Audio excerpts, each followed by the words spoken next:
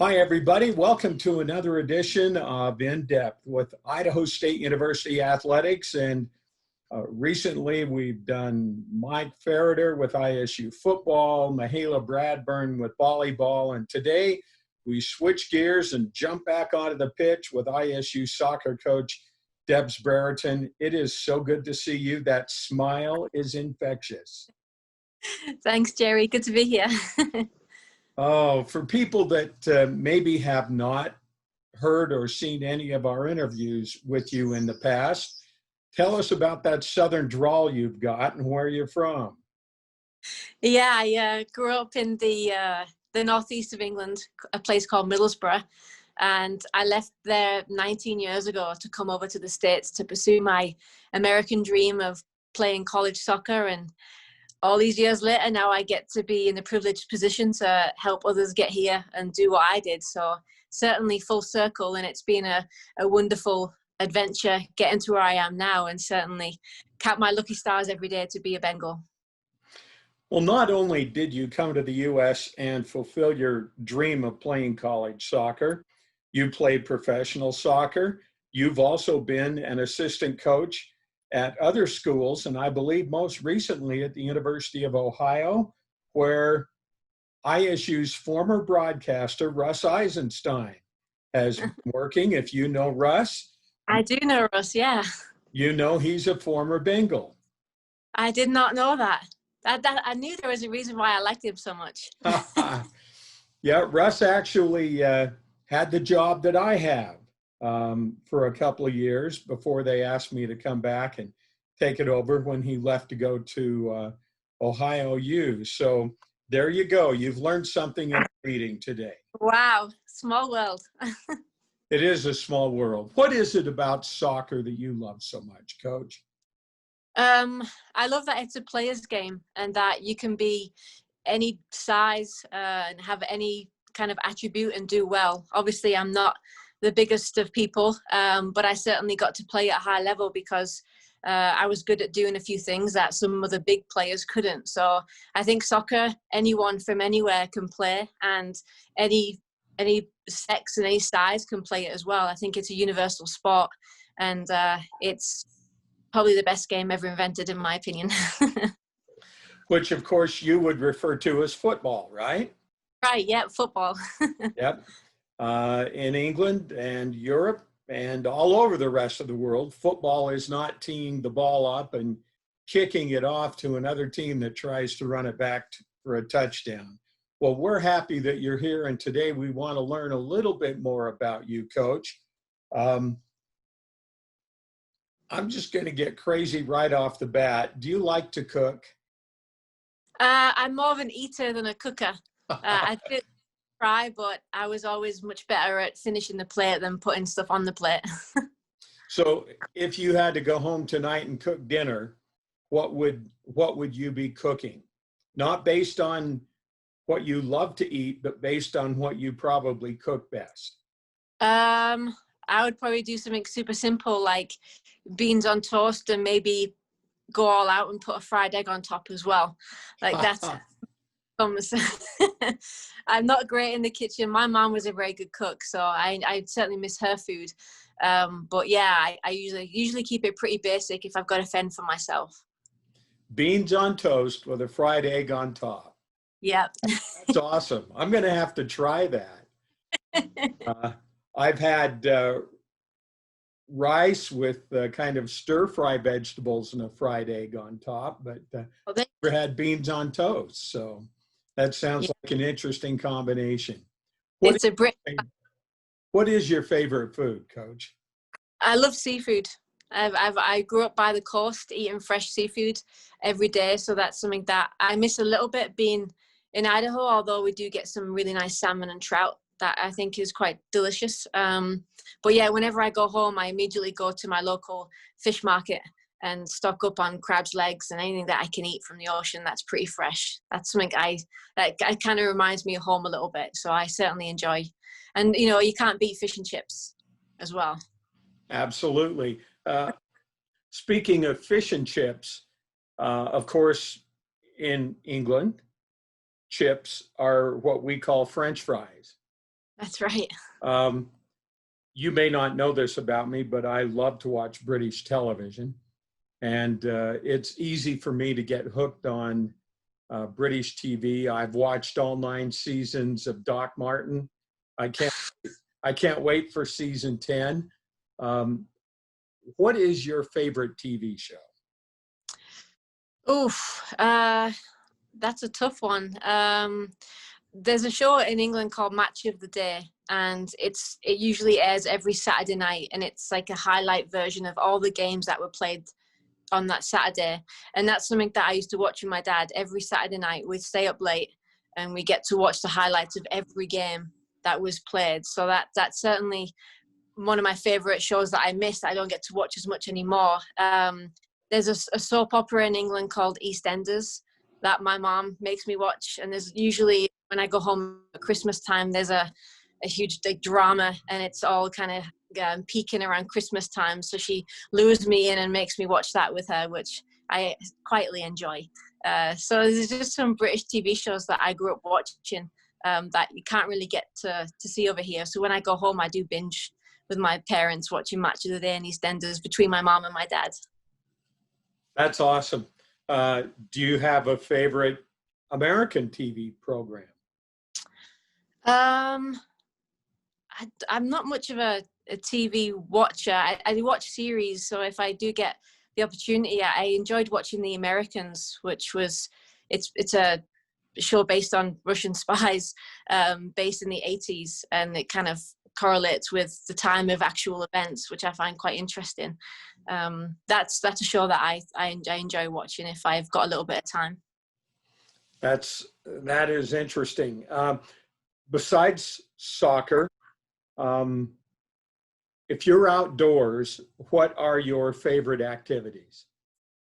I've just taken up a new one actually that's starting to consume me a little bit, is fly fishing. I got into it. I never thought, I've grew up regular fishing for all my life, and obviously moving here, fly fishing is very, very good. So I decided over the course of COVID that if you had to get away from people and be alone, fly fishing is pretty much made for that. So I've started to really get into fly fishing. I've got my waders and my boots and my fly rod, and I spend as much time as I can trying to catch trout in the rivers around here, which is become my most favorite thing to do at the moment. Who's got you hooked on fly fishing? Because I know Sammy Stewart, the volleyball coach, loves to fish. I know that our athletic director loves to fish. She shares pictures of she and her kids floating down the South Fork of the Snake fly fishing. Who got you turned on to fly fishing? Well, yeah, I knew that Sammy was very good at fishing. She's certainly a pro at it. And I've seen all those pictures that Paulina's put up. Dan Ryan, the strength and conditioning coach, he's an avid fly fisherman as well. So just hearing and seeing what they were doing, and I thought, that looks like a little bit of fun. So I randomly purchased a rod and just went out, and was terrible at it at first, but knew that it was something that I would enjoy doing. So now I've got my own rod, and I've got a few friends that I've started to do it with, and it's a really nice thing just to be outside and have that peace and quiet and kind of that solitude to let my thoughts wander and not have to stress about things. It kind of lets me have that moment to myself, and they say that the tug is the drug. So when you get a trout on the end of your fly line, it's a pretty cool experience. And I think it's the closest thing I have at the moment in my life that is equating to scoring a goal, which is something I loved doing when I was a little bit younger. And when our team scores a goal, I do get excited here, but there's just something about that tug that you feel on the end of your line that is, to me, it equates to scoring a goal when I was younger and playing soccer myself. As a lifetime fisherman, I will agree with you 100%. The tug is the drug. That's awesome. Let's talk about your team and your program and what the heck you're doing right now when you should be playing soccer games every week. Yeah, we should just be getting back from Hawaii right now, actually. So it's a very strange fall, but I feel as though we've been given this extra time with a huge incoming group. So we have like 18 new players, 15 of which are here. 3 had to stay home to work online, and they'll arrive in January. So, you know, we've pretty much got a brand new team arriving in August. And I feel as though this time we've been given, we get to get to know the players and to authentically build relationships with them and teach them how to play the Bengal way and integrate them properly. And that just takes time. And typically when they do a report in August, we start 2 weeks later. So we don't really have time to really sink into it to them what we want them to do. But now we've been given that time. So we're having a really productive fall so far. We're training every day. The players are lifting 3 times a week. The new players are very exciting. They're hungry. They've been super resilient as freshmen, not really knowing what a traditional fall feels like anyway. They've really taken this curveball in their stride. And I feel as though the team that will take the field come early next year will be completely different compared to the team that would have taken the field in August, because they're going to know each other a lot better. They're going to be playing a lot better. It's really exciting at the moment. Coach, when your players hit the pitch, what is the Bengal way?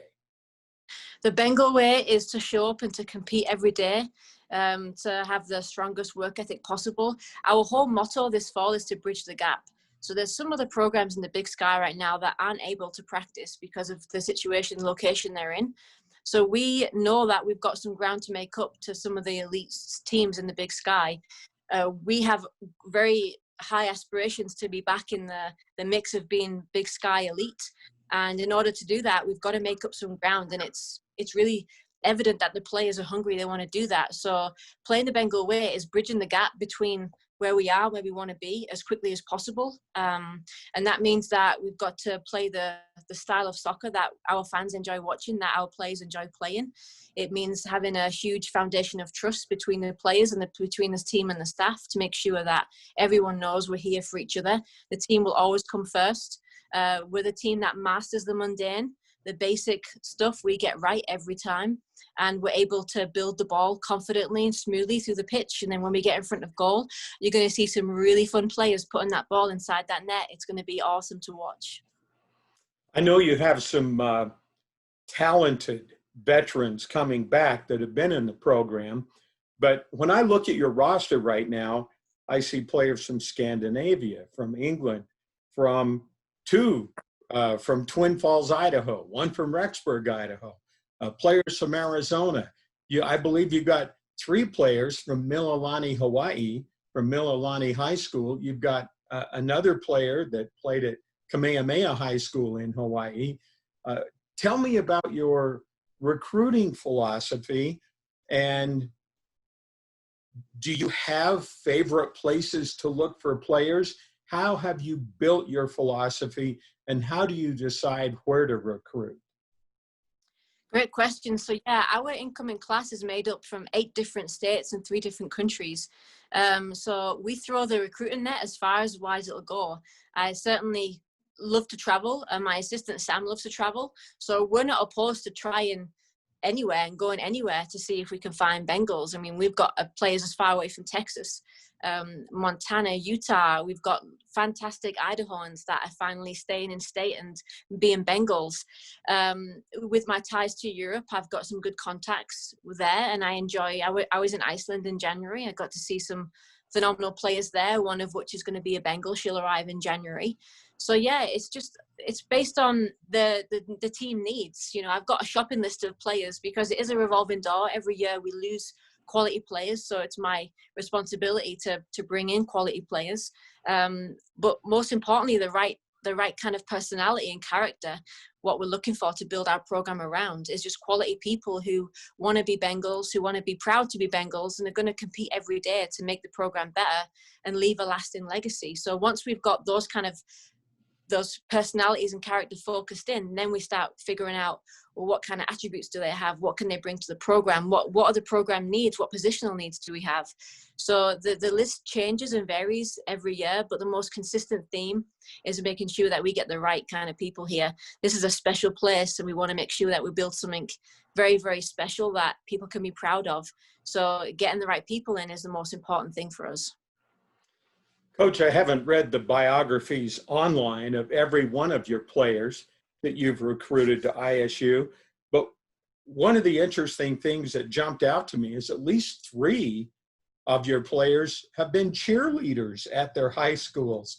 And I found that to be pretty interesting. Yeah, and I tell you, it means that our goal scoring celebrations are going to be phenomenal, because the amount of flips that they can do, it's amazing. So, yeah, it's unique. You certainly usually wouldn't typically have a cheerleader and a soccer player molded into one, but it just means that it kind of shows how athletic our team has become, and the physicality of the players is just, it's a whole new level. So the returning players have come back, and they're really embracing the younger ones who bring very, very different level of athleticism, and the returning players have welcomed them with open arms, and it's just a really cool environment to be in. Every day they're learning and growing from each other, and it's just really cool. So yeah, watch out in the spring when we score some goals. There are going to be some crazy celebrations to get involved with. In our in-depth series of interviews, I've had the opportunity to talk to your assistant, Sam Etherington, and tell us about your coaching staff and how you've built that. Yeah, so I've been really fortunate to have Tristan Spooner on staff since pretty much my arrival. Obviously, being Former player. Yep, a previous Bengal. She's got some really cool insight, and she's molding herself to be a really cool young coach. And I feel like it's my duty as a strong woman to be a mentor for other women coming through. So having Spooner around has been wonderful for the players to have someone so young in age compared to them, and she's just a really good mentor for them. In addition to Spooner, we have Katie Hogarth, who was our #1 between the sticks last year. She adores the program and continues to give back every day by showing up and assisting with our goalkeeper sessions. So, Michaela Wetzel is in really good hands, knowing that she's got a former Bengal who has done it all, right there with it every day. So talk about experience there. And then Sam is just phenomenal in what she does. She's very, very seasoned. She's been a head coach for 5 years at her own level. So her coming here is bringing a lot of really cool insight. And I just think it's also really cool that we've got an all-female staff. I think there's a little bit to say about that. It's very common to see a lot of all-male staffs at Division 1. Myself and Sam and Spooner and Katie are all ex-Division 1 athletes. So the fact that we're all ex-Division 1 athletes, we're all females, you really can't find that very often at the Division 1 level. And I think it's important that in an environment with, young women who are trying to mold themselves into something pretty special, we're now going to be involved in their lives and help them be the best version of themselves, and to show them every day that you can be a strong, assertive female and go forward and live your dreams. And I think it's just playing for a female only happened once in my career, and I thought it was a pretty cool experience. I'm not dissing any men. Men are wonderful and they've given a lot to the sport, but I feel as though an all-female staff is few and far between, and our players are lucky to have so many strong women around them on a daily basis. Well, while you brought up this topic, how important do you think it is for these young women that come into athletic programs to be able to see an athletic director who's a female as well? I think it's very important. Not only is she female, but she's also an ex-Division 1 athlete. She's in the Hall of Fame herself, so she's kind of been there, done that. So the experience that a lot of the females in our department have is really special, and you don't get this everywhere.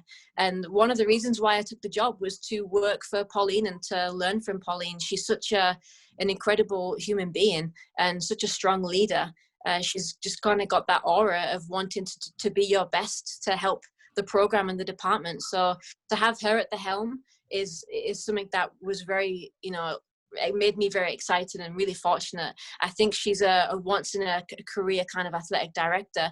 I've been doing this for 13, 14 years, and I've never once met someone like Pauline. And I think the fact that everyone in this department, including all the athletes, get to be around her every day, they're very lucky. And she likes to fly fish. And she likes to fly fish. It's a win-win. What do you know about your upcoming season, which is supposed to happen in the spring? As of right now, we know that it's going to be most likely a conference-only schedule. We may have a few games to kind of get us prepared for conference. we are waiting for the NCAA to make an announcement, which should be in the next week or two, exactly when we're going to be permitted to start. So once we get that date, that'll give us the green light with the Big Sky to start planning our seasons.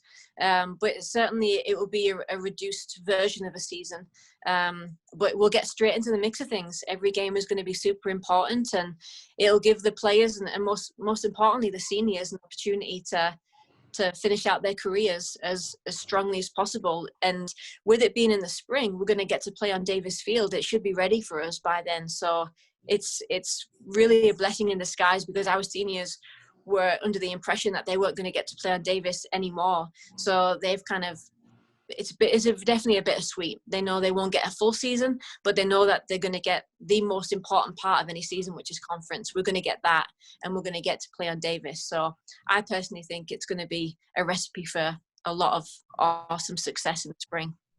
Well, you brought up Davis Field, a huge reconstruction and rebuilding project going on there. What does it mean to you and to your players to be able, if they visit you in your office, which is there, what does it mean to be able to look out there and see the commitment to building them a better facility that will be better for them, better for the track and field athletes, and better for the fans? Yeah, they know that they've been invested in, that the future is certainly bright. And I feel once the Davis Field is complete, it's going to be the best venue in the Big Sky by an absolute mile.